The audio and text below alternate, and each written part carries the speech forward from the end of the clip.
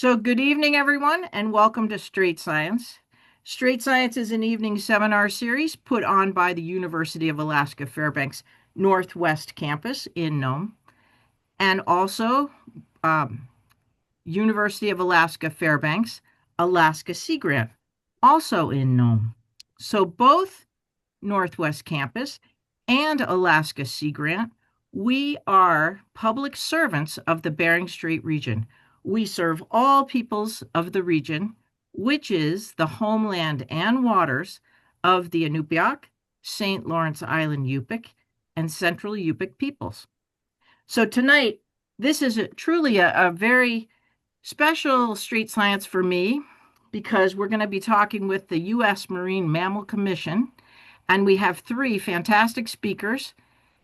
And we were just talking earlier, the Bering Strait region at times has visits from over 21 different types, species of marine mammals. Some not so often, but they come. Some very often, and some here all the time. So the United States Marine Mammal Commission is, if you ever read the U.S. Marine Mammal Protection Act, they're born in that act, this federal oversight agency. And there's only three commissioners, and we have one of them with us. That will be Sue Moore, who'll be leading off. And we have Vera Metcalf from the Bering Strait region, from St. Lawrence Island, she is the Liaison for Native Affairs. Is that the correct title, Vera? Special advisor. Special advisor. Yeah. So for the Marine Mammal Commission, and there's only one of Vera and one special advisor. And then we have Jackie Shaff. She is the ecologist for the Marine Mammal Commission, as well as the Alaska Native Liaison. And there's only one of her. And yet they are a very important group, and they have much oversight for our both NOAA and the Fish and Wildlife Service, which has research and management authority on marine mammals. So with that, no further ado, Sue Moore, take it away, and we will hear more about the Marine Mammal Commission in the Bering Strait region. We're so glad you're all three here. Take it away. Okay, well, thank you, Gay, and thank you everyone for joining. I appreciate the invitation back, Gay. We spoke back in November of 2024. Jackie and I just introduced the Marine Mammal Commission to anybody in the Bering Strait region that didn't know about it. But here we are again, What is going on in a little chat? over a year later. And so I'm very, very pleased to be here. And I'm just, as you said, kicking it off. I'm very pleased to have Vera and Jackie Shaff with me tonight. And so I'm just going to do kind of a brief introduction on the commission for anybody that might not have been at the earlier meeting. Then I'll hand it off to Vera, and then Vera will hand it off to Jackie. So it's kind of a three-part show tonight. So next slide, please. So what is the Marine Mammal Commission? Well, as Gay already said, we're an independent federal agency, and we were created, the commission, as part of the Marine Mammal Protection Act back in 1972, the aim of which is to protect and conserve marine mammals and their ecosystems. And what we do, as Gay mentioned, is we provide oversight of both domestic and international policies and actions related to marine mammals and their ecosystems. And that's why you see the little picture there of the ecosystems and all the linkages in between. For me, that's a very important message, that we are not just focused on the marine mammals, each species one at a time, but that we're focused on the ecosystems in which they're a part and which the people are a part. Those arrows lead back to people. And so for me, as an ecologist, that's an important part of what we do. Next slide, please. So we're small. For a government agency, we're very small. There are three commissioners, as Gay mentioned. I'm one. Frances Gulland, who is a specialist in marine mammal health, veterinary science. She is the chair. Andy Reid, out of Duke University is very involved in trying to prevent animals from being caught in nets and taken in ways that are not intentional. So we are the three commissioners.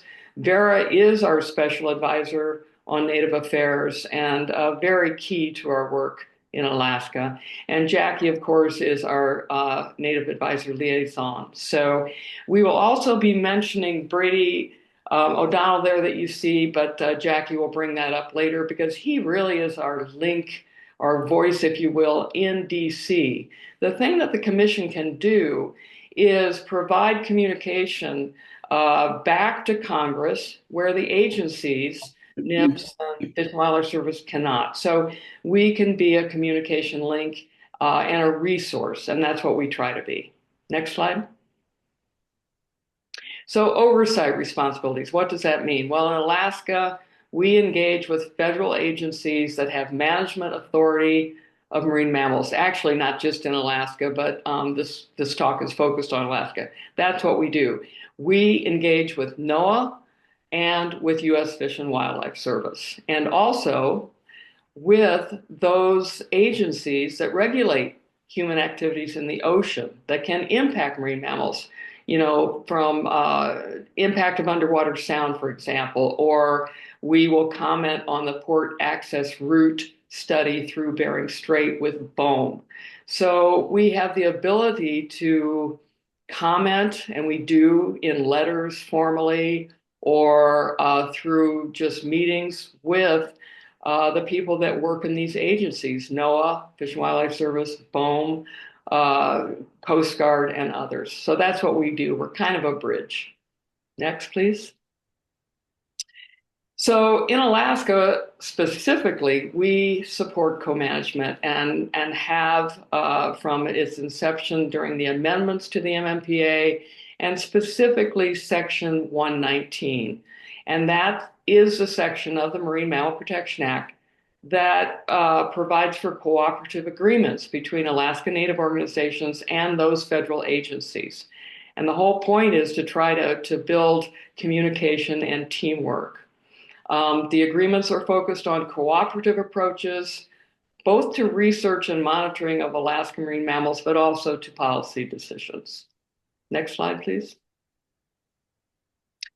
The working definition that is still flexible, but this is what we work with, is basically co-management is a partnership. And it has to be based on trust and respect, therefore communication, between Alaskan Native organizations as defined by the Act, Marine Mammal Protection Act, and NIMS and Fish and Wildlife Service. And it's for shared responsibility of the conservation of marine mammals and their sustainable subsistence use by Alaska Natives. And that's broadly writ, but just to try to put it into words so that people can actually see what we're talking about when we're talking about co-management. Next, please. So over the years, the commission, the Marine Mammal Commission, has been involved in a variety of activities to try to strengthen co-management. The first is to support the co-production of knowledge used in co-management. And we do that in a number of different ways. We try to highlight the resource needs of Alaska Native organizations to congressional representatives. We try to be a resource for them, but also to the public to enhance collaboration. And we don't attend all, but we try to attend in-person co-management meetings, myself, Jackie, Vicki Cornish before that. Vicki was very involved in a co-management review, which resulted in a report back in 2019 that you see there. We have various fact sheets that we put out. They're just 2-pagers. And if anybody's interested in these, we can supply them as hard copy or they're available online. But they're 2-page. We try to condense it for public use and also for congressional use, for the staff, for the senator's staff and the congressional staff, so that in a very shorthand way, they can understand how the commission is trying to support co-management. And then finally with Sea Grant, Jackie will speak to that later, in this presentation specifically to actually get people on the ground that might help with activities in the Bering Strait region. And so that's my introduction, and I'm happy to hand off now to Vera and welcome her presentation, which has some good news in there. So Vera, please. Kuya Kamsi, first of all, happy to see all of you or hear from you. I'm also really happy to hear my nephew, John Wai Jr. Gauchdan from Savunga online. Thank you. Yeah, I'm from Savunga. I moved to Nome in late 1970s and lived there with my husband and my son for over 40 years. I also work for the Eskimo Walrus Commission through COERC and remote work agreements. So I'm very fortunate to have that arrangement. But Sue mentioned the Special Advisor on Native Affairs. That's the role that I play on the Marine Mammal Commission. It started when Dr. Tim Reagan was the director of the Marine Mammal Commission, emailed me and asked if I would be interested in considering being a special advisor on Native Affairs position, which I believe Ross Schaefer from Kotzebue was serving on, but he was planning to leave. So soon after, more conversations happened with Tim, and I agreed to serve, and I was appointed formally in 2010. And I still currently serve in this position. It is a very unique position because, quote, the role is to improve the Commission's awareness and understanding of Alaska Native concerns and perspectives on issues related to marine mammal management, conservation, and indigenous knowledge sources that can be incorporated into the Commission action. So it's a unique position, but also, and here I am. I'm still here, but I really enjoyed the challenges. And this, Sue mentioned co-production of knowledge. It's the Marine Mammal Commission has always been very supportive of involving co-management organizations in research and management decisions.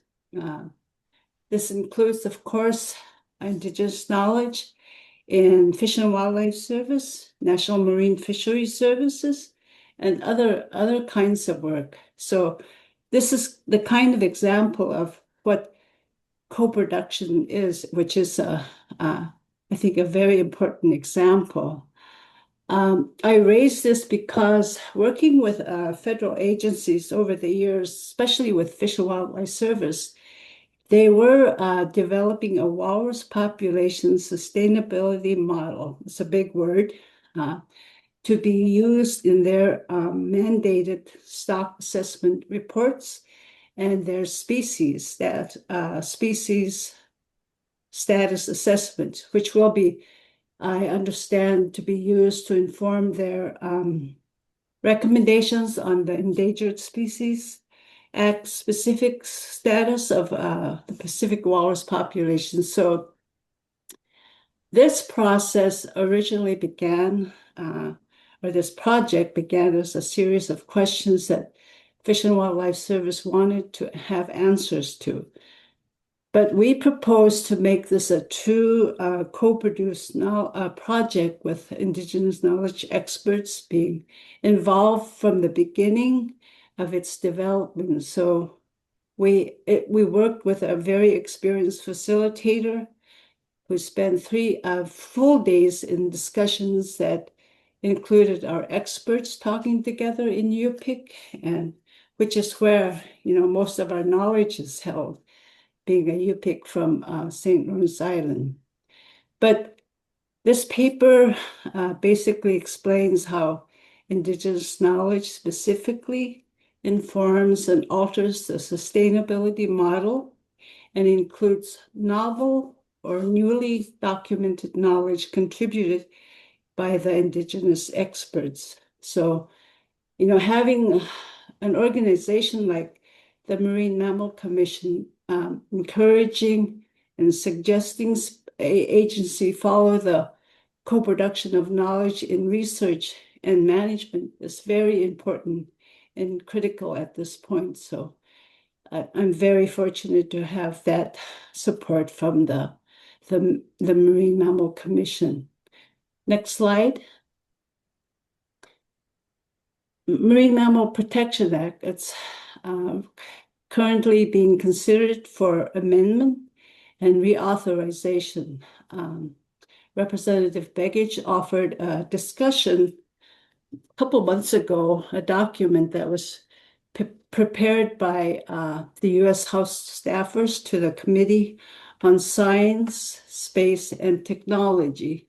And this document is very complicated to me, but it really proposed a lot of changes to the science and data requirements for determining marine mammal population status and protection, which is mostly reduced for the benefit of industrial development in our waters. So we were very concerned about the proposed changes, but there really hasn't been any further discussions, although the Alaska Federation of Natives last year passed a resolution proposed by Nome Eskimo Community and the Bering Strait Regional Caucus titled "A Resolution in Opposition to the Proposed Amendments to the Marine Mammal Protection Act." I was very happy and glad for that support and for the opportunity to clarify some of the wording that were included in the resolution. But stay tuned to this issue because we don't know what the next steps will be happening when the bill is considered again by Begich and his staff. Next slide. Harvest eligibility. This basically is a very emerging topic for many marine mammal co-managements here in Alaska. The Department of Interior lawyers have opened the discussion about who is eligible to harvest marine mammals.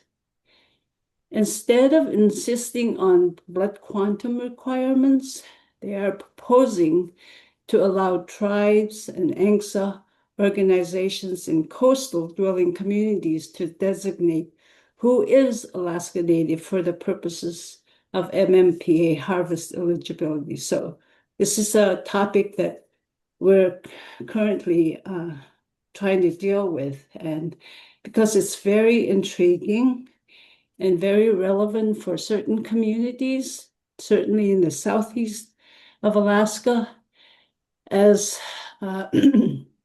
the Department of Interior letter mentions in response to some initial concerns, it does not address a number of important implementation questions under the second standard, such as the role of tribes, Alaska Native organizations, the consideration of current and future co-management agreements, regionally specific like North Slope, Southeast Alaska, and so on, and specific species-specific consideration and conservation objectives. So it's a lot of words, a lot of new language, and this is something that we're trying to look at because it is a lot of work to be done in perhaps in consultation with many organizations that will definitely impact co-management and our continued relationship with marine mammals and our indigenous food security. So we're trying to follow this closely and see what happens. And hopefully, as a small organization like the Eskimo Waters Commission, we will be able to be consulted and determine what is best for our communities that we serve. Next slide.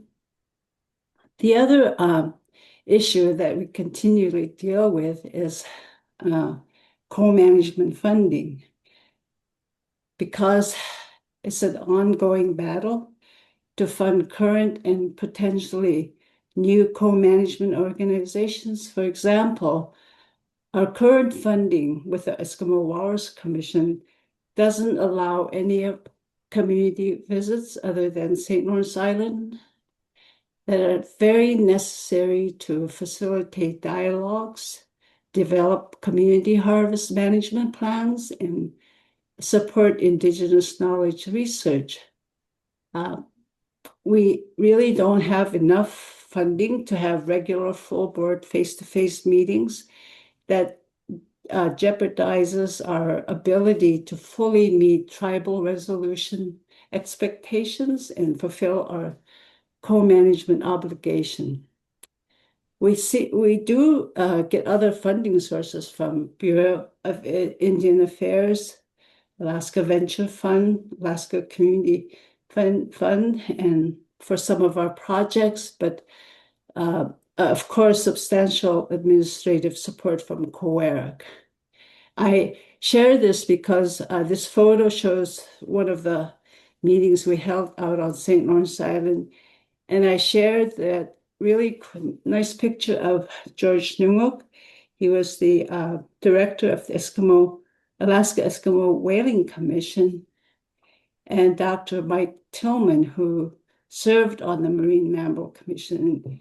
These two worked so hard and advocated for many of our issues and challenges that we face working in a co-management regime. So, these two people were basically my mentors when I was starting my work with the Marine Mammal Commission. And the last slide, I think, is next. IPCOM, Indigenous Peoples Council for Marine Mammals, is a coalition of Marine Mammal Commission councils and other Native organizations to identify and address marine mammal issues of common concerns. Currently, there's 18 members of IPCOM, Walrus Commission, Ice Seal, Sea Otter, Alaska Beluga Whale Committee, and so on. But IPCOM really supported our walrus ivory ban work, St. Lawrence Island Marine Mammal Ordinances, and the Young Hunter Summits. But it also provides an opportunity to meet directly with our congressional delegation and other federal agency leadership, who are always invited guests to the annual meeting. I wanted to point out, I don't know if some of you know, Tom Gray. Tom was from White Mountain, but born and raised in Nome. Tom lived a full subsistence life, and with his work at the Alaska Beluga Whale Committee, he earned a lot of credibility and respect because he believed in and was a strong proponent of our subsistence rights. And we were so fortunate to have Tom in many of our meetings. And I know that his memory will live on, but I just wanted to end with knowing how much Tom enjoyed working for the Alaska Beluga Whale Committee and attending IPCOM meetings. I always know that he was serious when he starts to raise his finger and his hand and made an effort to express his concerns and support for increased co-management funding. But he was a very strong advocate, and I had the fortune to attend many meetings with him, but he lived his life and lived a full subsistence life, and his work with Alaska Beluga Whale Committee is something that I hope to learn more from. But yeah, that was Tom Gray. I wanted to end with that personal note of who Tom was. So I'll turn it over to Jackie. Thank you, Vera, and thank you for walking through a lot of people that I look up to so much and continue to learn from in this role. And good evening, everybody. My name is Jackie. I'm an ecologist and Alaska Native Liaison with the Commission within their scientific program. And I've been in this role for about a year and a half, so I'm still getting to know different folks, and I'm very appreciative to be on this call tonight with Sue and Vera. And one of the goals with the remainder of this presentation is to take what the two of them have been talking about and expand on how we can stay connected with the Bering Strait region and you all on this call, and what it actually looked like when we say that we take what we hear at a regional level and we carry it forward and use it in DC at the national level and with Congress. So this is just a little map showing, Vera's in Anchorage. She was previously in Nome and has very strong ties to the Bering Strait region. We're all in the Bering Strait region virtually tonight. Sue and I are both based in Seattle, but the Commission's one and only office and headquarters is in Washington, D.C. So one of our core roles is to try and help bridge that distance and to make sure that concerns or priorities that come from the region don't just stay regional, but they can get elevated to the national level as well. And that can be our office, that can also be Congress that both Vera and Sue mentioned, as well as other federal agencies that have offices and headquarters in DC. And we'll go into this in more detail in the coming slides, but often what we're communicating are things like resource or funding or capacity needs really broadly, like some of what Vera just talked about with co-management funds, or it could also be issue focused about specific concerns or issues that can impact marine mammals. So two examples up here are often ones that from the Strait Science talks I've attended come up all the time of just concerns about increased vessel activity in the Bering Strait region. And we try and track that very closely and bring those concerns to the DC area. And also marine mammal health issues. Like Sue said, the chair of the commission, Dr. Frances Goland, is an expert in marine mammal health and a veterinarian by training. So she really stays on top of those two examples of HPAI, or high path avian influenza, or also called bird flu, and harmful algal blooms, or HABs that people call it for short.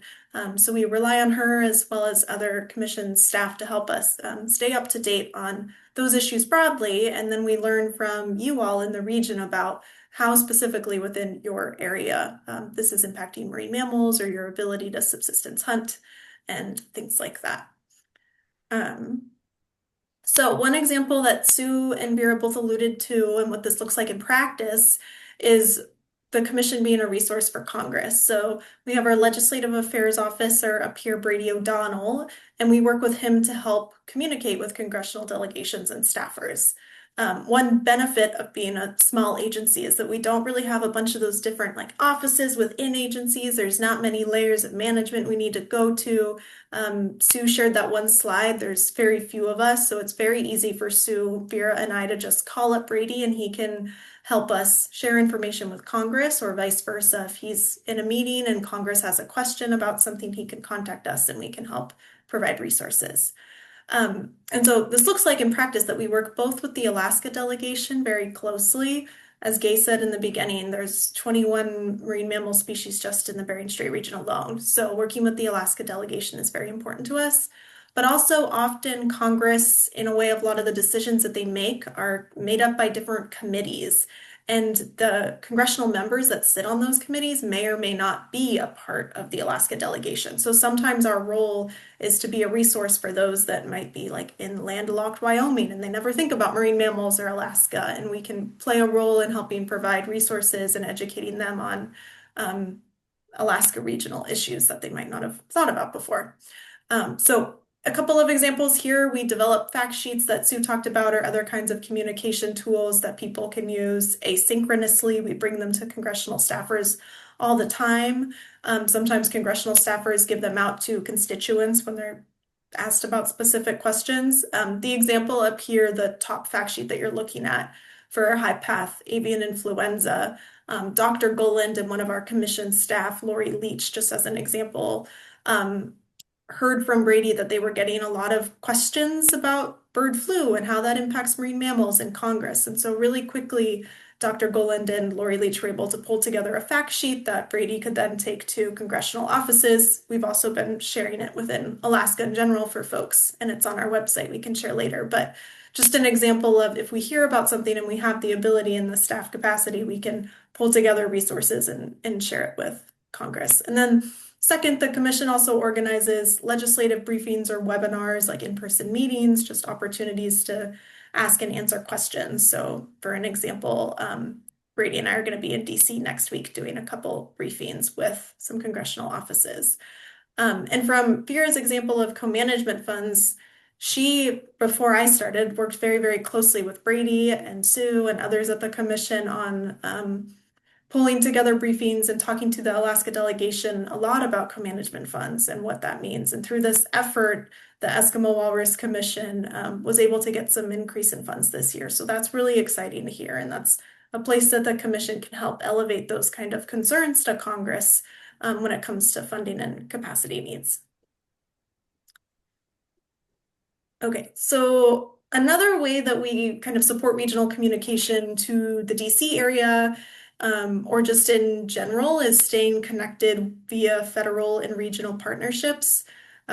We regularly attend co-management meetings like Sue talked about. We meet with Alaska Native organizations when we can, but also because we're so small, we really rely on different interagency groups, networks, and partnerships as a way for us to gain more information about what's going on in the region, but it also gives us an opportunity to bring forward priorities or concerns that we're hearing in different settings. So these are just a couple examples. It's not an all-inclusive list here, but starting on the left, there's the Interagency Arctic Research Policy Committee. It's kind of a mouthful, and it's called IARPC for short. And that's a collaboration that brings together different agency folks and communities and researchers to share information and coordinate on things related to Arctic research. And we attend a lot of those different committee meetings and working groups. And it's an opportunity where we can help flag co-management priorities that we've heard from Alaska Native organizations or community members. Just recently, we've been talking to IARPC a lot about, we've been hearing community concerns about the importance of coastal communities knowing when and where research vessels are operating in their waters. So in the summer, when a boat comes by and it's a research vessel, you know what it's doing out there. So that's an example of kind of those issues that people across all these different fields are communicating with, and it helps us stay informed and helps us share concerns that we're hearing. Similarly, another partnership in the middle is Arctic Watch. That's a collaborative effort working towards sea traffic management in the Bering Strait with the goal of safer shipping, making things safer for coastal communities and wildlife, including marine mammals. So that's where we come into play.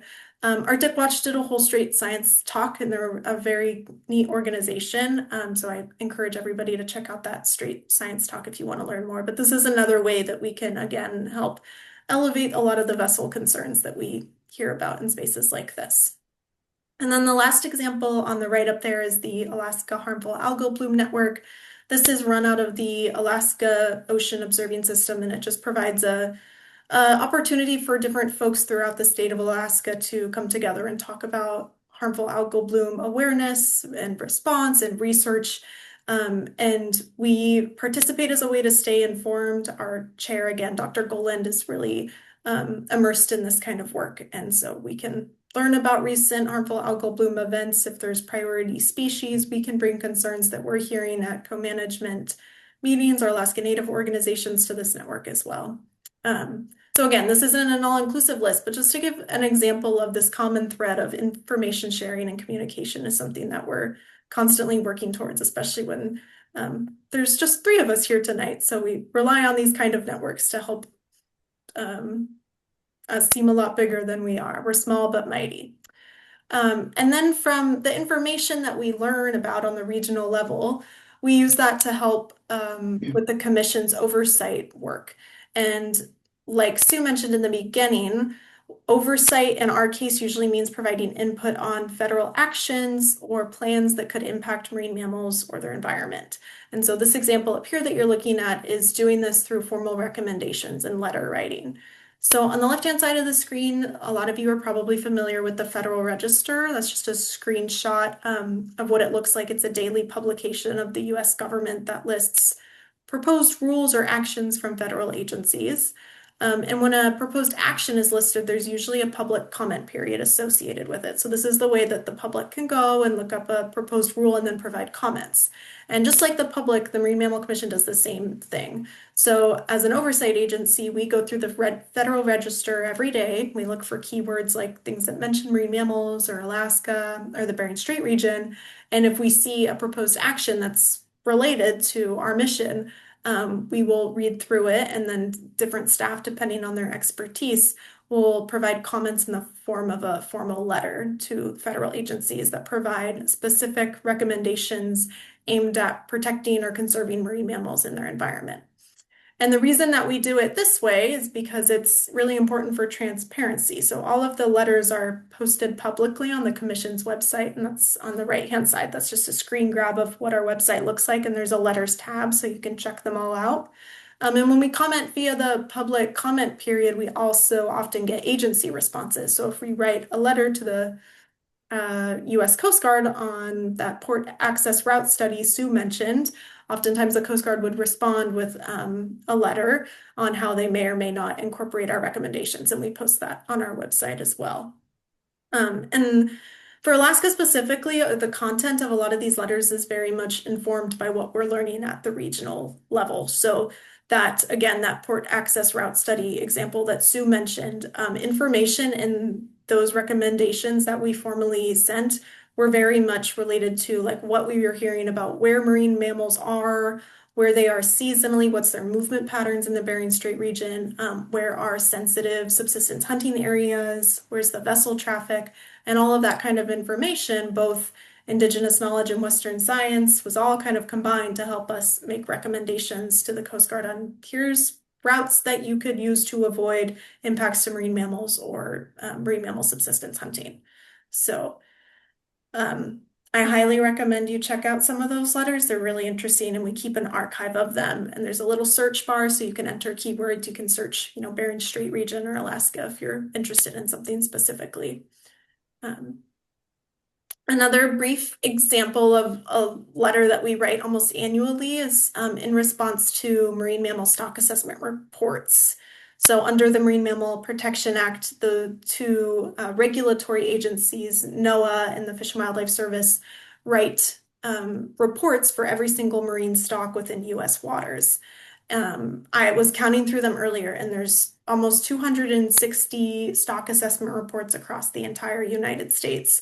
And in Alaska, there's almost 60, half of which are in the Bering Strait region. So a lot of these stock assessments in Alaska are totally relevant to this area. And these stock assessment reports, well, I should back up. A stock is kind of a funky term. It just means a management unit. So it's not just a species, but it's usually a group of animals within a species that are in a particular area that could be managed together. So you could have multiple stocks of a single species, like there's multiple stocks of humpback whales in Alaska waters. And those reports include a wealth of knowledge, including abundance estimates, population trends, if there's any kind of human-caused mortality or other sources of serious injury. And for relevant stocks in Alaska, there's also Alaska Native subsistence harvest reports. And those harvest reports usually come from co-management organizations collecting harvest estimates from their representatives, and then they share that information with the federal agencies that write these reports.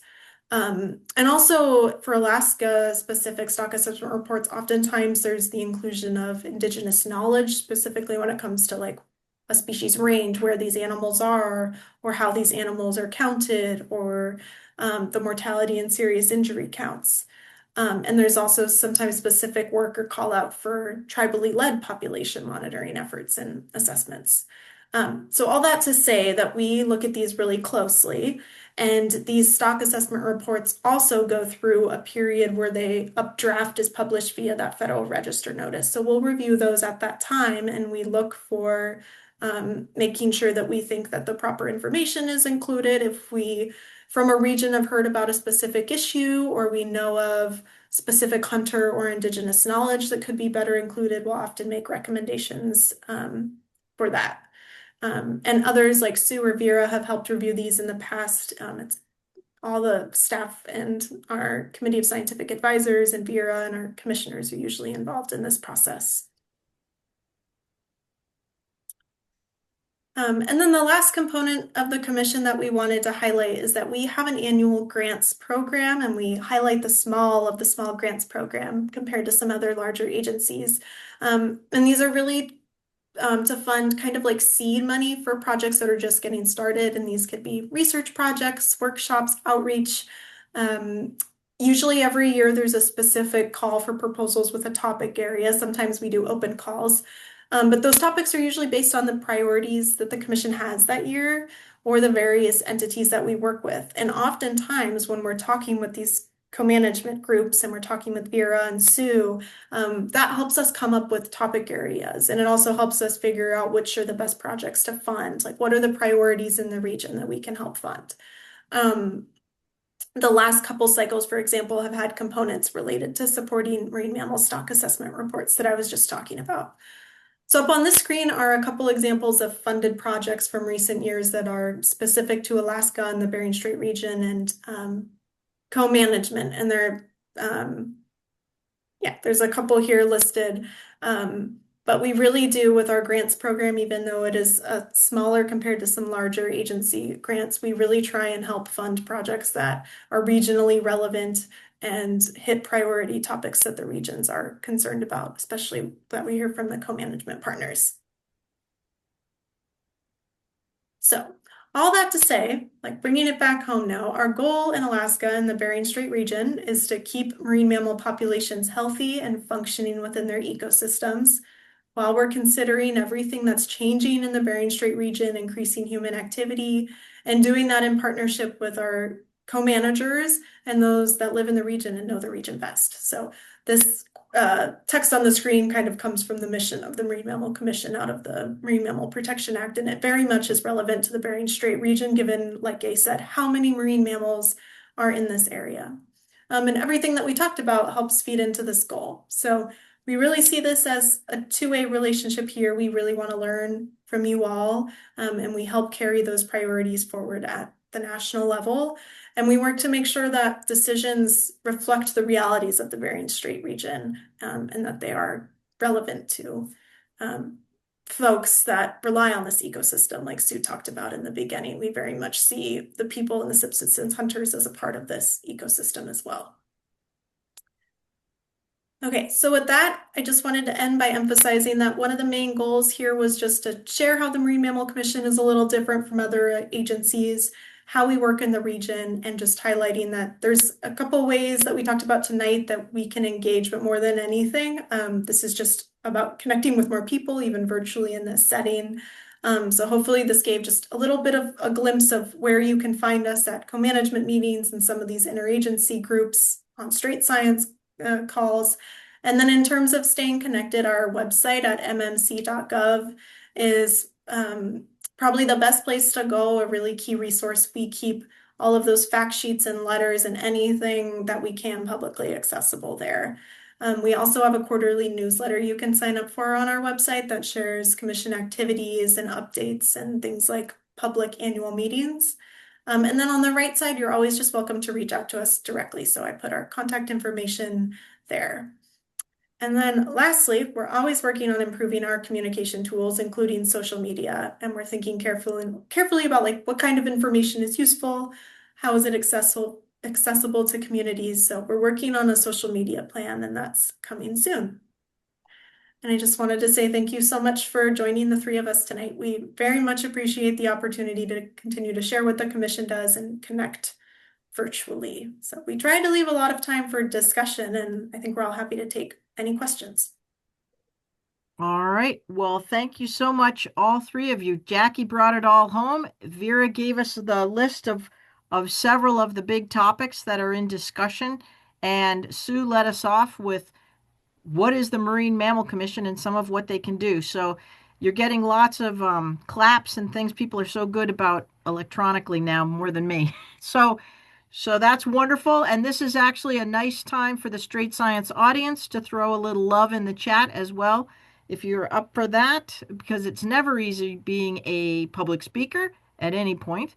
And we've got people that are calling in from, I forgot to mention that Sue is in Seattle on an already evening for her. Vera is in Anchorage. And Jackie, where are you? Are you in DC? Yes. Also, Seattle. Oh, also Seattle. Oh, that's right. That's right. Sorry about that. I was going to say, well, it's getting on midnight for you, but thank you so much. So hopefully there'll be some questions or comments. And thank you for your patience earlier. We had some youthful audience members, but they, I think, had to leave unexpectedly. So with that, any questions or comments? I've got one, which I'll start us off with, and that is I appreciate hearing, no stranger to the Marine Mammal Commission. It's very, very important to all of us.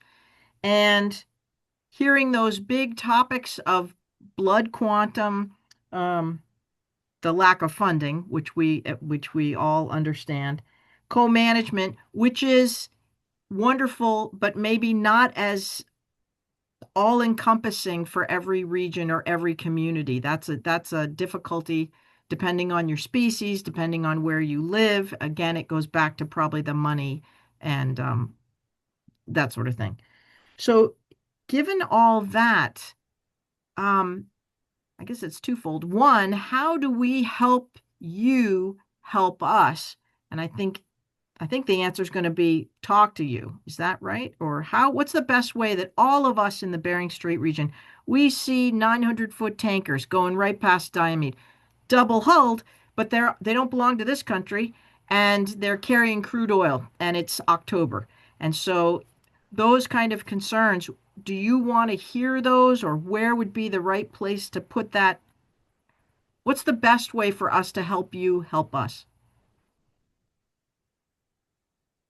Well, I'm not sure who you're directing that to, but The Marine Mammal Commission, I guess, Jackie and Vera. It's I mean, I think Vera, both Jackie and Vera will have very good thoughts on this. But just to lead yeah, off again, I would say, yes, Gay. I mean, we need to hear from you, as in Jackie's last slide, whether you contact us by email directly or in any other fashion. But not only concerns, we need to hear the concerns, but for me, it's always helpful to hear your views on how these concerns might be addressed. It's not that we can necessarily pick up on your suggestion and your suggested actions, but with regard to shipping, eventually this is going to go back to the International Maritime Organization.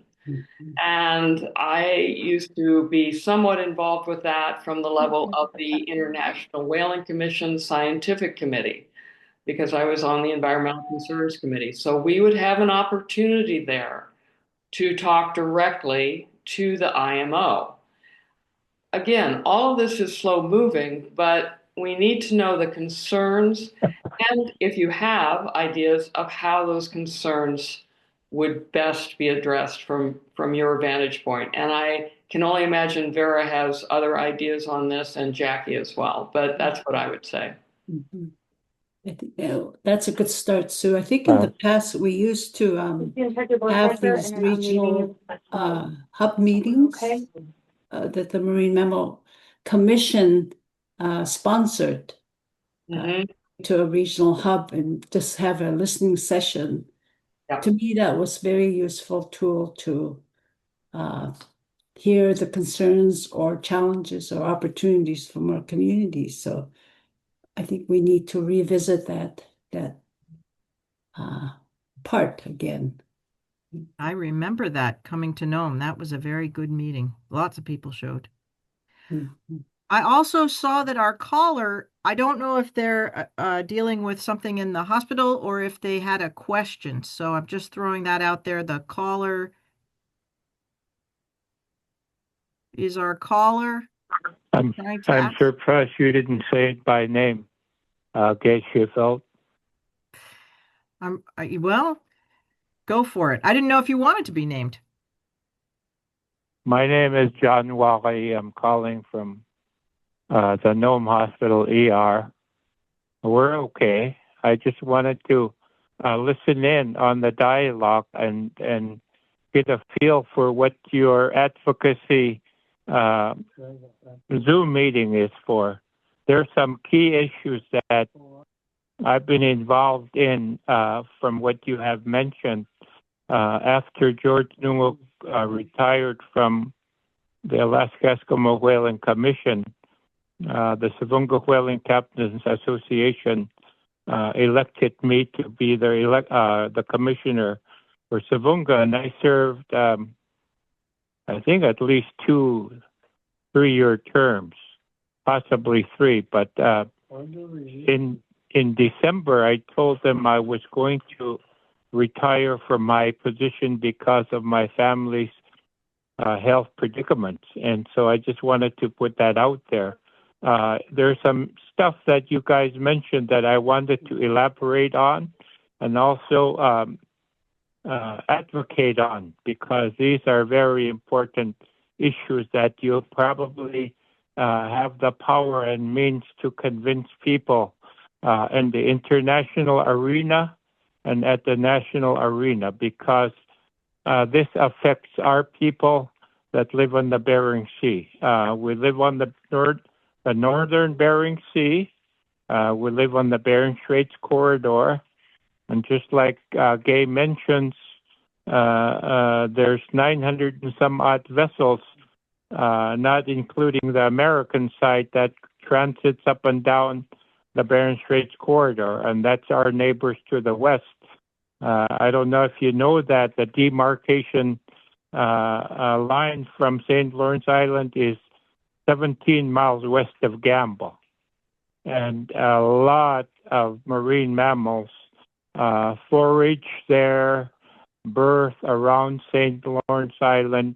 And the late Werner Wilson, I think the third, was working towards classifying St. Lawrence Island at the IMO, International Maritime Organization, to put a buffer zone around St. Lawrence Island for 50 miles for ships that transit, because of the sense of urgency that the endangered, threatened, and most of the 21 marine mammals that transits and winters and lives around the island.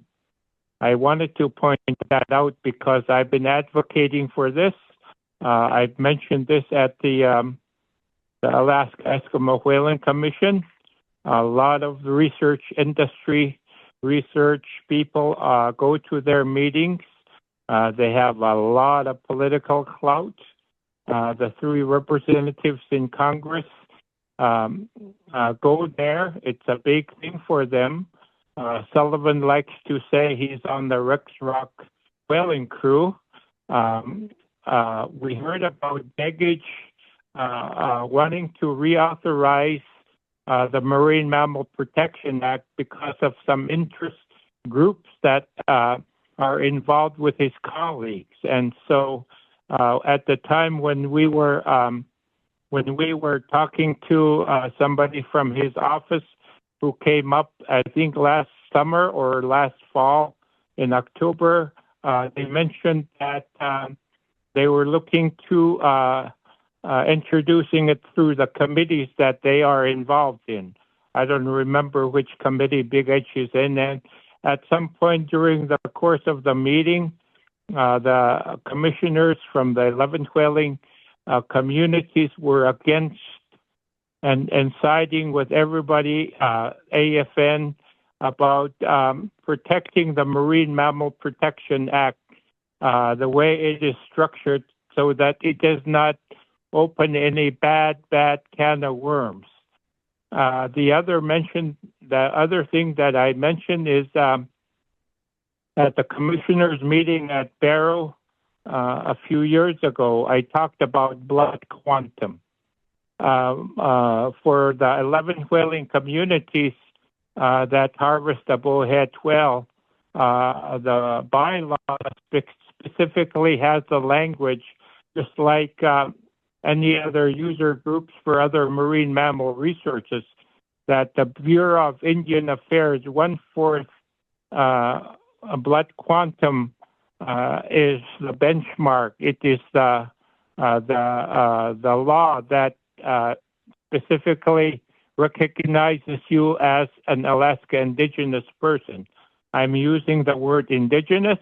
I spoke to the Whaling Captains Convention that our commission needs to strongly advocate for the inclusion of the word lineal descendant that are in the tribal organization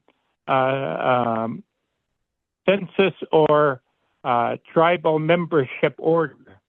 I think that with your position and opportunity to make some impact on how we as a user group lives in correlation with these resources, you need to help us advocate for the inclusion of the word as lineal descendant instead of the 1/4 blood quantum that the Bureau of Indian Affairs is doomed for our people, because I have several family members, my family descendants, my lineal descendants are half non-indigenous. If they were to have children and grandchildren, with the way that the current law is structured, it would do away with the indigenous rights we have had since time immemorial to be able to harvest all these resources that surround our St. Lawrence Island waters. I'm going to stop there because I want to be able to help other dialogue or some other feedback about these two concerns, because I'm still out there. I haven't retired from subsistence hunting. When I was about 12 years old, that's like close to 60 years ago, I went in a skin boat with Tede Kasuki and his crew. I became a crew member, baler, and this was before anything modern happened in the history of our community. And I witnessed and lived subsistence lifestyle using walrus skin covered boats to harvest our walrus and bearded seal and other resources. And now with today's technology, we use in-reach devices, we use aluminum skiffs, and we're still harvesting the same resource. And I like to say this, that the Pacific walrus that we ingest and eat and harvest today, it's just as healthy as it was when I was a young boy close to 60 years ago. Thank you very much for your time. Thank you, John. Appreciate your voice, and thank you for speaking up. Any other thoughts on that? Edwin, go ahead. Good to see you. Yeah, I wanted to thank John on his advocacy there for the lineage family members, and I also wanted to input, some of our families that are adopted into our families, they live with our community, they take part in activities, and that's the only thing that gets in the way of that one quantum part. But they also serve as part of the community group that harvests, and also partake in their food. And I just wanted to share that because I think it's important to to share some of these things that people live directly, impacting. They lived with it their whole life, the diet and all that stuff, their surroundings, their social. They're part of the social network that we provide and help each other in our communities. So I just wanted to share that part too, and to see if that would bring change into decision making.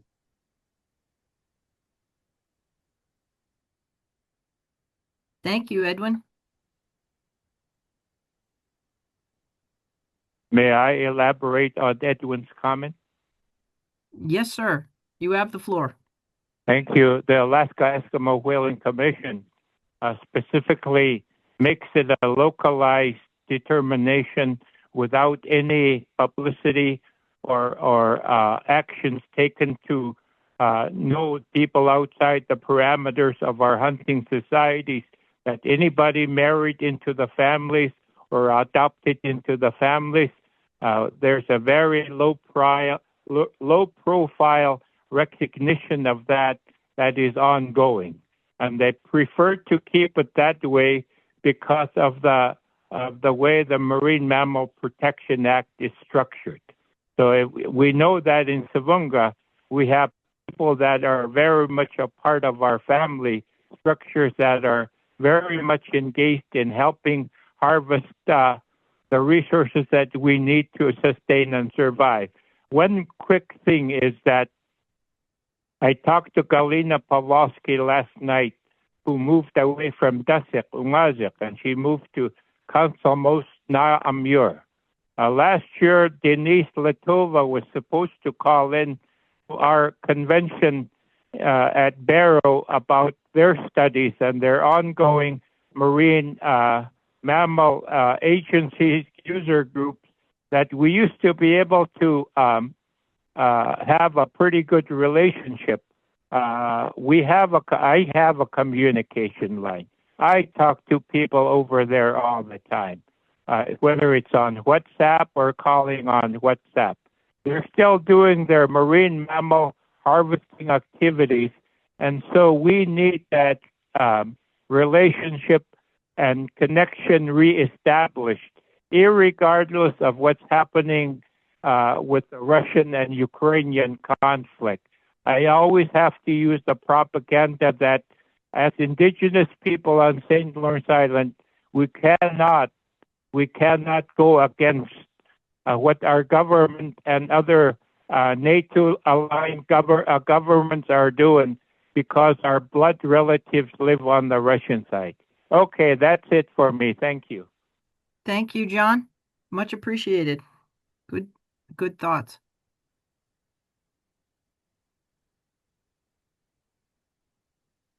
Any other thoughts? From this end of things, one thing that I can speak to is perhaps if you're in a co-management body like St. Lawrence Island has Alaska Eskimo Whaling Commission, Eskimo Walrus Commission representation. I don't think they're part Nanook, but are they part of like Beluga Whale Committee? No. And then ice seals in the Bering Strait is more regionally.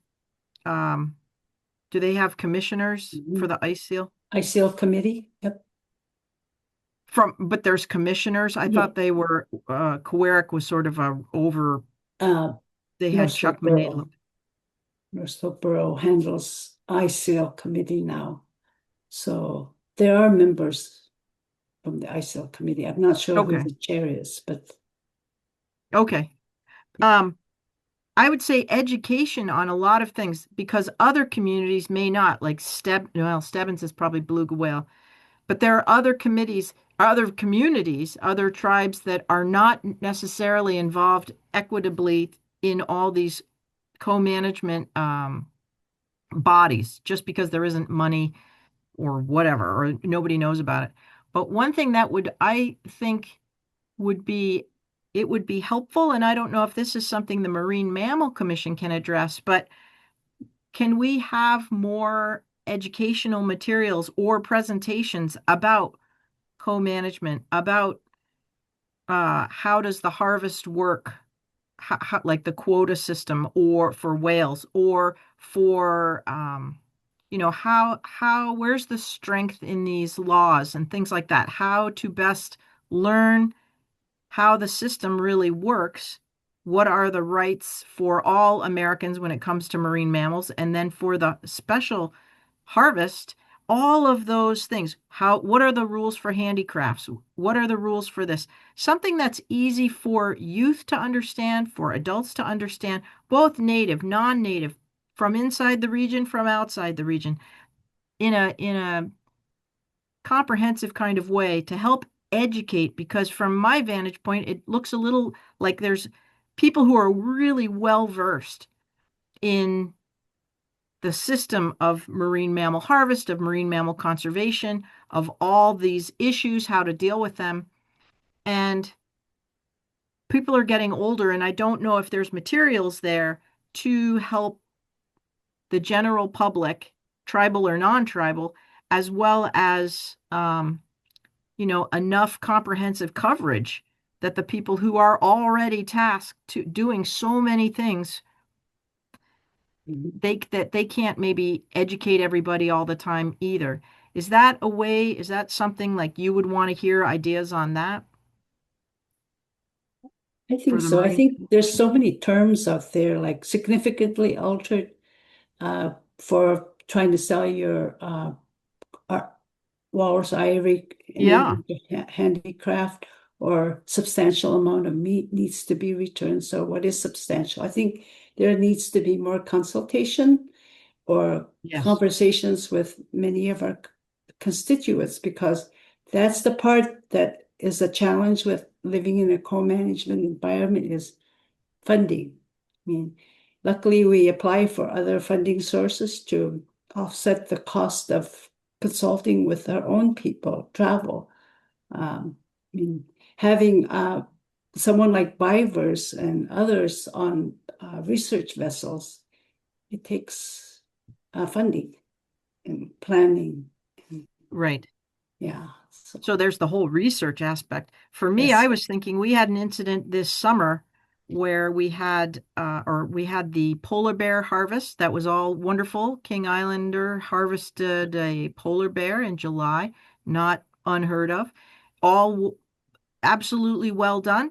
And we had now, Nome has all these visitors coming in, and the family was on their front yard in town, and they were um, fleshing the hide. So getting all the fat, the polar bear sticky fat off the hide, getting ready to stretch it. And a non-native person came up, likely a tourist, and started really badgering the family about, I want a sample. It was interesting they kept using the word sample, but I want a sample of polar bear hair.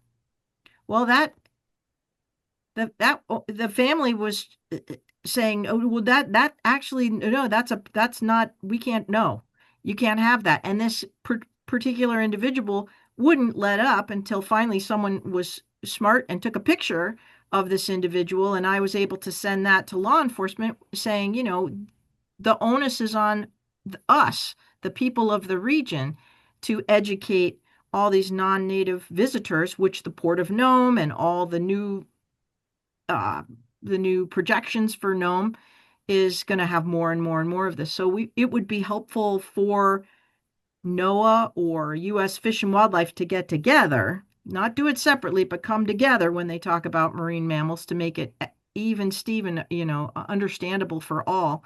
To educate non-natives about their correct behavior, because in that instance, if the family hadn't upheld their commitment to saying no, they everyone in that situation could have gotten in trouble, and that's just not a I see that that's something that may come back up in the future, where the onus to stay out of trouble is on the local population to say, no, that's not right. But then there's no materials to hand. There's no education process for these visitors that come to an area that is highly harvest oriented and hands-on.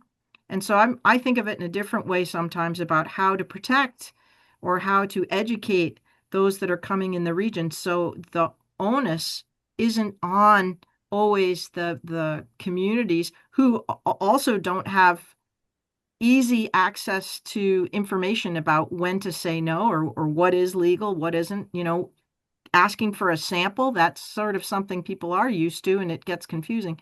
So anyway, that idea of education, for lots of reasons in a place like the Bering Strait region where we are reliant on bounty harvest from the ocean.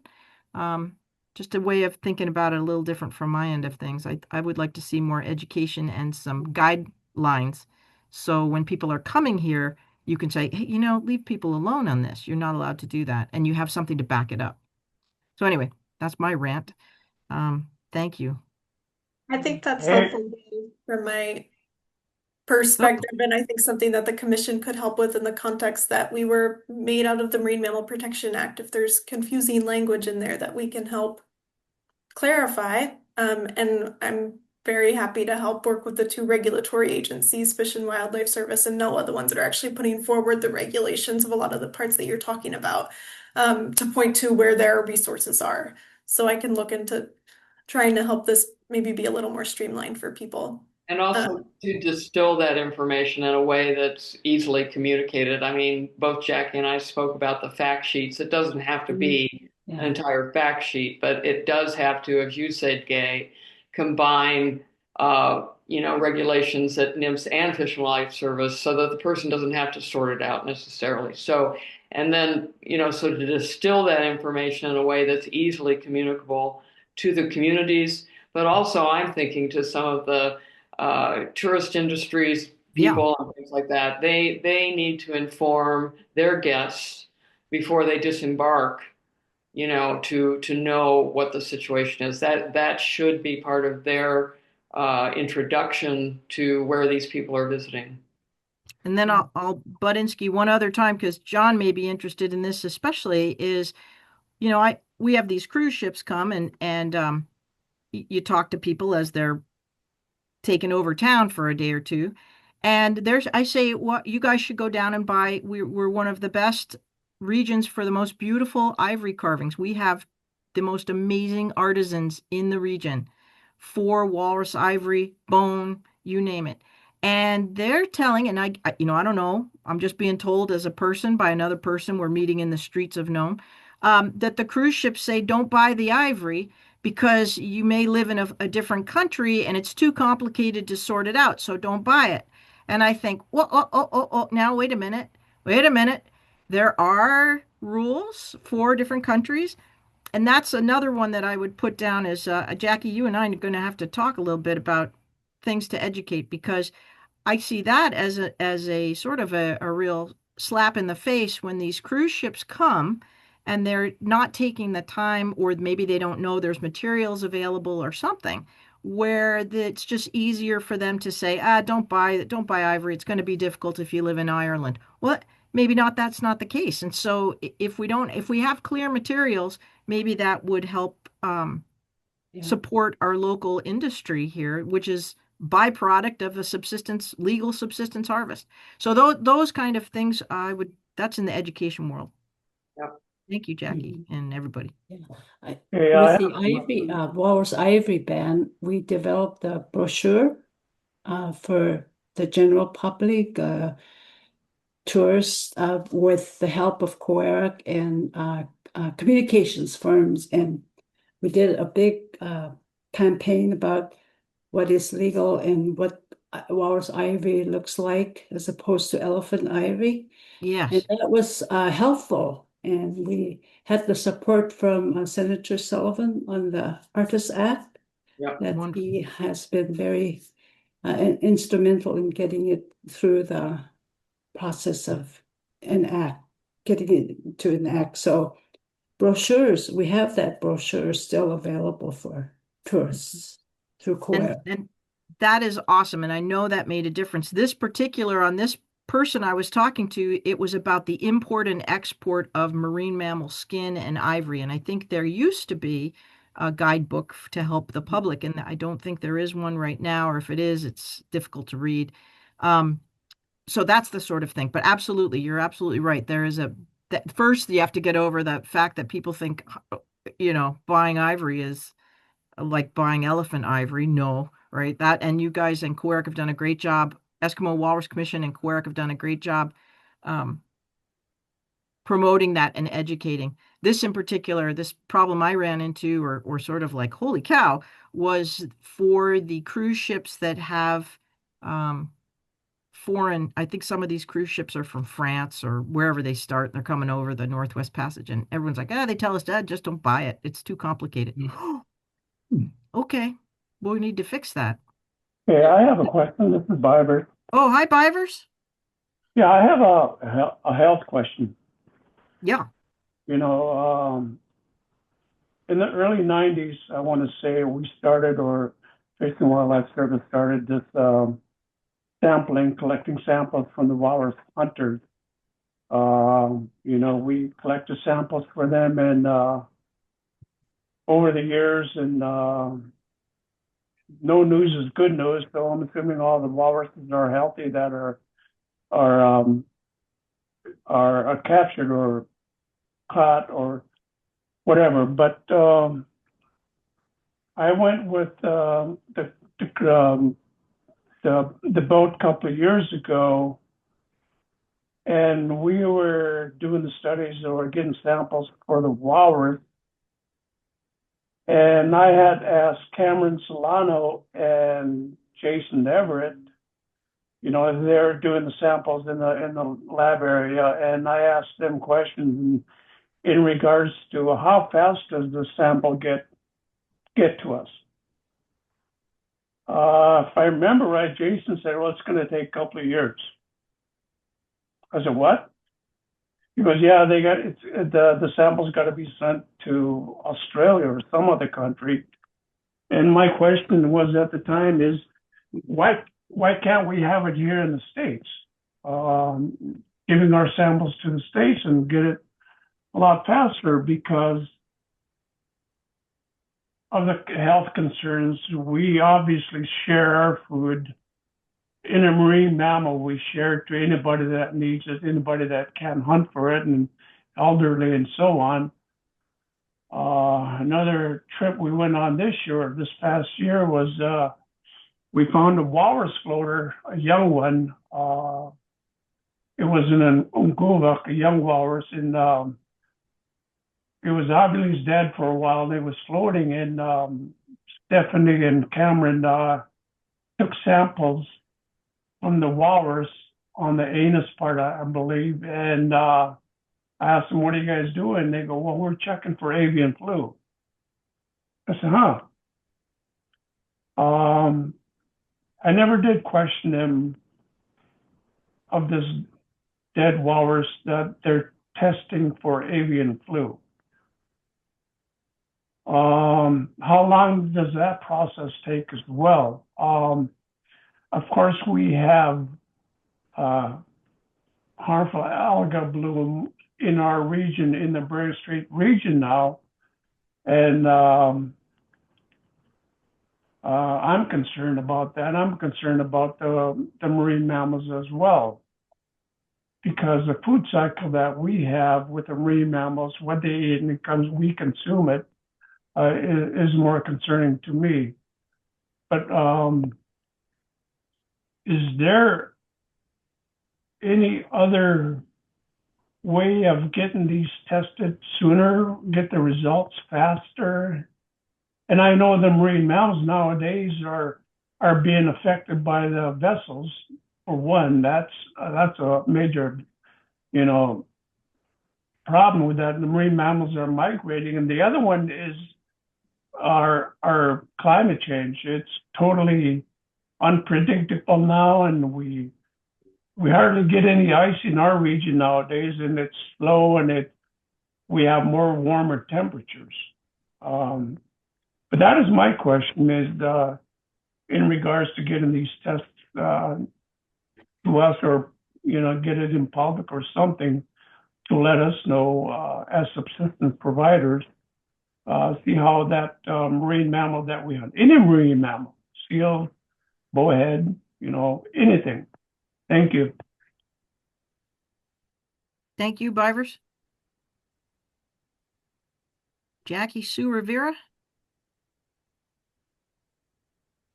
Well, I guess it depends on the sample, what kind of sample was collected. Is it whiskers or liver, or I don't know, I'm not, Sounds like Devin anus Johnson swab. would be the harvest monitoring program, might have the answer to Byvers's question, how soon can we get Yeah. results back? Yeah. What kind of sample it is, what species it is, it will depend on that and who they're sending their samples to. So without knowledge of that, it's hard to answer specifically.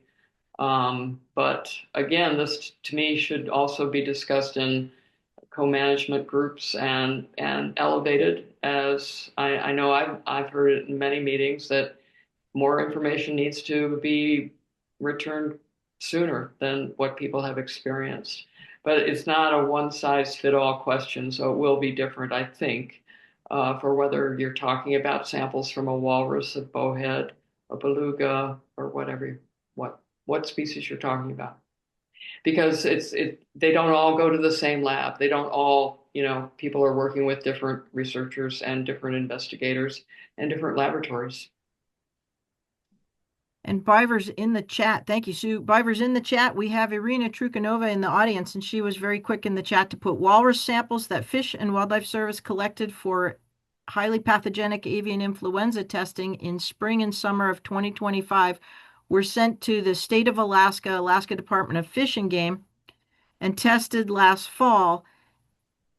ADF&G, the state of Alaska, reported to Eskimo Walrus Commission that the highly pathogenic avian influenza was not detected in any of the samples.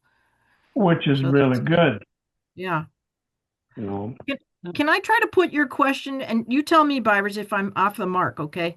Because for me, one of the things, and you sort of made my mind hopefully get the words out here, is that for the Marine Mammal Commission, what you are hearing when people say somebody was out doing research and we need to know the samples, there's a difference between research to fulfill federal regulatory obligations, stock assessment, right?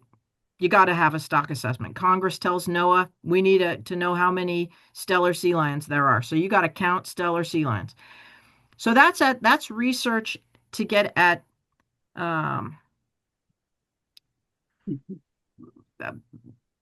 regulatory must-dos. But then there's service. And the service part of this would be we may have sick walruses or sick bearded seals or sick what all, or starving. And the service is to the harvest community, to the American public. And I've noticed over the course of years, research obligations, and maybe because of the money, I don't know, or maybe that we don't have a federal presence out here. There's no NOAA office out here. In this region, there's no Fish and Wildlife Service. There's the National Park Service, but that's for Beringia Park, not marine mammals. So is there a difference in what's demanded for marine mammals by research versus what's demanded by the public for service? We need to know, are the animals sick? We need to know that yesterday. We need to know, because that's a real food security. So is that something you can have any thoughts on or address, the difference between research needs, and they're perfectly good. There's no shade here on anything or anybody, but the word service, and that I think is what a lot of things I hear is service. Harmful algal blooms, we need to know, like throughout the summer, is there a bloom? Those kind of things. And that's more of a service to the federal constituency, which is the American public, which are also tribal governments as well, in many cases out here. So is there any way you can address maybe that? Is the Marine Mammal Commission looking at ways for service as well as research? At a top down, like NOAA, what are you doing for servicing the public that utilize marine mammals, that sort of thing?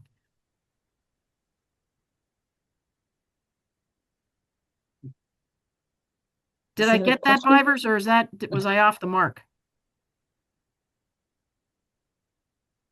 No, you've said it the right way I wanted to say it, and that's my concern is basically, our health, our marine mammals. The immediate. I mean, Yeah. I want to service. find out. I want to find out like tomorrow or next week or whenever. You We know, need to know. yeah, we Yeah. need to know because it's dangerous. We can kill people. I can die too as well. I mean, that's how dangerous it is, and Yeah. that's just my concern. That's what I wanted to say. Thank you. Thank you. I wanted to quickly share on the acidification and temperature change over the last 30 years or something. We've been changing maybe a third of a degree of Fahrenheit per decade, and warming, with our climate, and from -2 degrees, cold pool temperature somewhere. Um, it's shrinking. So acidification is something, um, that we should be learning about too, and also because it's happening in the 200 meters of the surface, the acidification, and say 40% of near surface, there's a lot of acidification, and then 60% of within the 200 meters of the surface. So we get a lot of currents from the Pacific, and I think it's important to recognize some of these subjects, to recognize the trends at what rate our crustaceans will lose their ability to have those shells. Have we lost close to 50% of that over the time when the temperatures were warming since 30, 40 years ago? So it's something important, some of these questions that we need to recognize and get the idea of the trends, because down the road, red crabs, they say, are indicators of our ecosystem. So to see those, if they're not surviving, and then our ecosystem, there's something going on. Thank you, Edwin. Yeah, And go go ahead, Divers. Yeah, it's pretty understandable what Edwin is saying. In regards to our marine mammals, I know there are other commissioners or commissions with the marine mammals, communicating with one another. If there is or should be, how is it going to be like a domino effect in regards to what happens to the marine mammals? That's my other concern too as well, which I wanted to share. If it's affecting the crab, if it's the shell, the crab shell, or whatever you want to call it, it's a food chain. If and it does, is there going to be? I'm hoping it won't happen, but if it does, is there like it going to be an immediate release or press in regards to, hey, don't eat that. You can't. It's too dangerous. You know what I mean? Thank you. Well, from the commission standpoint, as I said, but probably not clearly enough, we are concerned with the ecosystem that the marine mammals occupy. And myself specifically, I consider marine mammals sentinels, or species that can guide us, help us understand what changes are ongoing in the ecosystem. So there definitely are efforts underway for now over a decade or two. The Distributed Biological Observatory, which is a mouthful, but Jackie Grebmeyer and others have spoken on that. NOAA Fisheries Science Center are trying to understand those linkages and convey the results. We know the planet is heating up. We know the ocean is heating up. And with that heat, the chemistry and everything else changes. So We are very well aware of it. Getting out the message on what that means for food security, that's a big step. I think we've made great strides. We collectively, not just the commission, that's not what I mean. I mean science trying to convey, especially regarding HABs, also acidification because of what Edwin and Vibers have mentioned regarding crab and other things, how these changes are affecting various features in the food web. Bringing that home to your table in a manner that's a matter of days or weeks. We're not there yet, but we, I think, have really improved our monitoring capability. Certainly the will is there to get the information out in whatever way is the best way to do that in this day and age, so that people can feel safe, and if they don't feel safe, can quickly get answers to their questions and get testing capability locally and so on. While we're not there yet, it's not that we're sitting back waiting for a catastrophe. There are very hardworking and well-meaning people trying to understand what is a very rapidly changing ecosystem in the Bering Strait region and elsewhere in the subarctic and Arctic seas. It's changing very quickly. Don't need to tell you, you live there. So yeah, what the commission can do and tries to do is facilitate communication along these pathways, but ultimately to get information back to the people that are relying on this ecosystem for their food.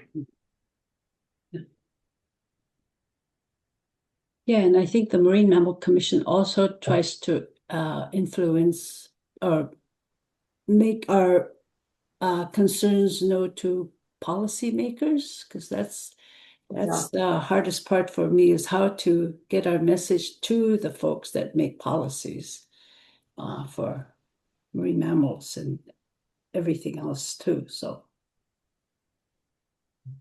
And just to add to that specifically, when we were giving the examples of talking to Congress about co-management funding, if we can point to a co-management group like the Eskimo Walrus Commission and say, well, they really want to do this study on HABs and walrus, but it requires this amount of funding, that's something that we can help elevate. So both to your points, Gay and Vipers, an avenue that we can help elevate some of those needs are through the co-management organizations when it comes to funding. Congress oftentimes is more supportive when we can point to specific dollar amounts or specific reasons why funding should exist. So it's helpful for us to hear these in that context as well. Although I understand that's not a clear-cut answer, but one avenue that we could work with. Yeah. Well, I appreciate you guys doing what you're doing. That's exactly what, I can't remember who said it, but, and it's true. Help us help you. You know, and that's true to the fact. I believe that. Another strange thing I noticed over the years, I got a couple of buddies here that do ocean mining. During the summer and during the winter. They're on the shore ice here in Nome and they're mining for gold. And a few years ago, there was one miner I talked to at the post office. He goes, man, bro, the water is really warm. I said, what? Over the years, we noticed the water is warm. This is coming from a diver on our shore ice who's diving for gold. And I was really impressed in regards to what he said. And it's dead in the middle of the winter. But nowadays, like this year, there's a couple of miners that went out mining but lost their gear because of our shore ice broke off because of lack of ice structure, development, if you will. I just want to share that with you. Thank you so much, all three of you. Thank you, Byers. I was going to say, Vivers, we actually had a record-breaking hot temperatures, and maybe the commissioners didn't know, but in July this summer, I think I was just clicking away trying to find a map of it, and I'll continue to do so on the side. But we hit, I want to say, 65 degrees. 5 miles offshore was the average temperature, sea surface temperatures the satellites were pulling up in, beginning of July. It was we were our little group, the HabGab group, which is Norton Sound Health Corporation Office of Environmental Health. This office, Chuck Manadaluk at Coeric, Nome Belts High School science teacher, and Nome Eskimo community. We all go out and we sample the water and put it. We were hitting 61 degrees Fahrenheit with our little thermometer at West Beach in July, and that's when we were calling that into Rick Toman saying, "Hey, are are we something broken?" And he said, "No, it's actually 65. They're pulling off the satellites 5 miles off front of Nome." So yes, the kinds of things that we're telling you is just extraordinary. And I hope I can get you that little graph because it was many, many, many degrees above the historical average from before, whenever the satellites came online in the 70s. And one of the things, Byron, you make me think too is I guess I'd use the word self-rescue, right? We have to rely on the researchers from far away and for communicating our concerns to the Marine Mammal Commission, and they can get it to these higher levels. But we're also sort of in a self-rescue mode like we do with our people lost at, their engine breaks at offshore and you got to go get them, or they're missing they're not home on time from snow machining down. We go get them. It's the same thing. I have to say it's the harmful algal bloom really brought for Nome anyway, brought so many entities together that it's rather extraordinary to see us weekly. It's a real team effort, and I would say that expands out to our extraordinary region where people are calling in and saying, "I see a duck that's spinning in a circle," because the people of the region are the ones living this, and I think we're slowly getting very organized regionally, not just one village at a time, but regionally to start making some noise about things we're seeing and to start coming up with ideas like I think Nome Eskimo and the Norton Sound Health Corporation are trying to get a local sampling lab so we can get water from right out front. There's the research on the big vessels offshore and they're trying to learn the big picture offshore, but you're right, we need answers yesterday. We need them every day of the summer or spring when people are out hunting. So I do see that we are kind of in a self-rescue. We need to work with the feds and the researchers, but we are also self-rescue ourselves too. And I'm not saying that's the way it's supposed to be, but I do see that aspect where we're coming up with solutions as best we can. So hope that helps. Not perfect.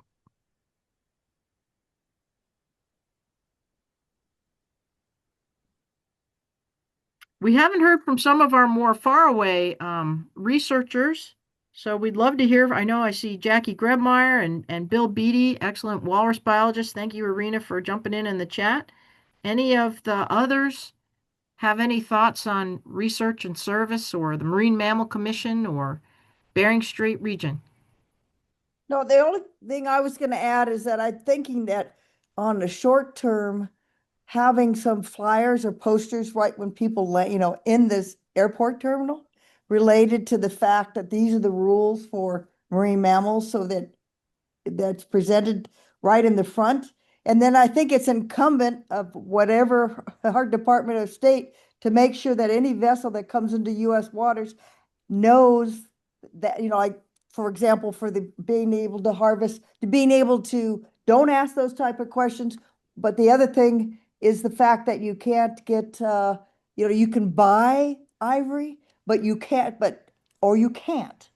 Instead of being told, don't bother doing it. I know That's right. personally, I don't take my Alaskan ivory when I'm in Greenland or when I go to Canada or some other countries because because it's not, there's some limitations on it. So those rules of the road should be very clear to people that if they're going back to the country. And to me, that's incumbent on our State Department making sure any vessel that comes into U.S. waters, and it's not happening for research vessels even. So I would just say that. But I think the poster thing, and the question would be to the commissioners, would you be able, because I know you have this amount of money, would you be willing to take a proposal by a coastal community to be able to do some outreach of some of these rules, like the marine mammal rules, to put into the airport there in Nome?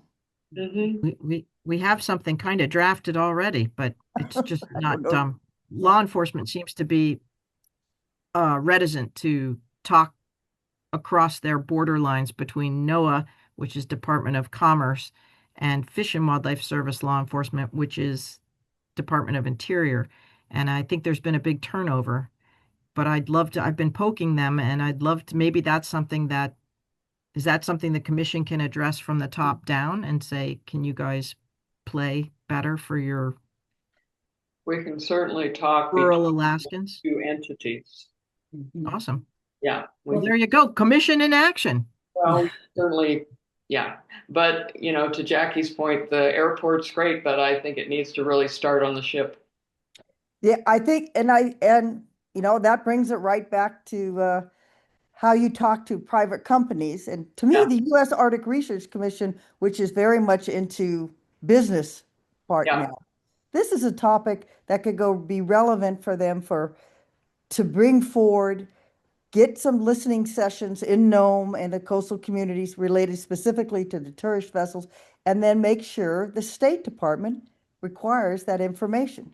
Yeah, and it's where the two commissions could work together. And I've talked with John and with Cheryl Rosa about that the Marine Mammal Commission and the Arctic Commission has places where they could, I think, work effectively together. But things have been in such disarray of recent times that we haven't returned to that discussion recently. But this will be a good opportunity to rejoin that kind of idea, because you're right, Jackie. Arctic Research Commission needs to play, I think, a role in this, given their situation, I guess I would say, with the State Department. Right. And so, yeah, it needs to come from that side of things, I think. Yeah. But it needs to start at the ship, to me. I mean, and the ship may be an airplane, and it's fine. Your idea of the airport's very good, but tourists getting off of a tourist ship should know, the rules of the road. Yeah. And as far as the last thing I would say, as far as the environmental change part of it, I mean, we have seen the answer to the question about the ocean acidification. Natalie Monacha gave that talk in December. I mean, we are seeing more acidification of the bottom. That it does impact the crustaceans there. We are seeing declines in prey base for gray whales on that, and we are seeing changes in the prey base. So there are, as you all well know, ecological changes, but it's being able to track them over time, which is providing some of the solid information. Then they go into modeling. But yeah, I would just say that. All right. Thank you, Jackie. Good to see you. And I know it's late. It's got to be late for you, coming on after 11. You're on the East. Yeah, it's after midnight, but I think Jackie's in the same position. I'm in Solomons, Maryland, so it's midnight, so after midnight. Well, we appreciate you staying on. Yeah, sure. Good to see you, Jackie. Good to Take see you. tomorrow off.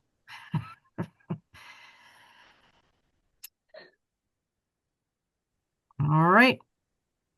Any other thoughts, comments? It's a rare evening to have a commissioner, the Native Affairs and the Liaison all available and up for questions and listening. We really appreciate Sue Moore, Jackie Shaff, and Vera Metcalf for taking the time to answer and listen to all these questions and concerns and thoughts. Any other last thoughts? Or should we let these nice people go to bed? All right. And our caller has left as well. So, all right. Well, thank you all so much for coming.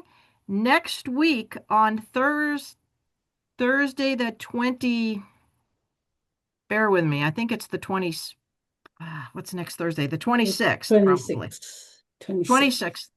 Straight Science is going to be about the results of the spectacled eider land breeding area survey, which is in the YK Delta and the Arctic coastal plain, as well as their fall time survey near St. Lawrence Island. So I think these are the latest numbers on how the spectacled eider has fared through the last few iterations of ecosystem change. And this will be both the aerial survey done near St. Lawrence Island in the northern Bering Sea, as well as the breeding areas on the YK Delta and also up off Utqiagvik in the Arctic coastal plains. So that should be a very interesting one. It's been a while since we've heard from. This will be the Fish and Wildlife Service and the USGS, I believe. So with that, we're looking forward to hearing that. With that, if Sue, Jackie, and Vera could stay on just 1 second longer. And again, thanks everyone for coming. I thought it was a great discussion. Thanks to all of you.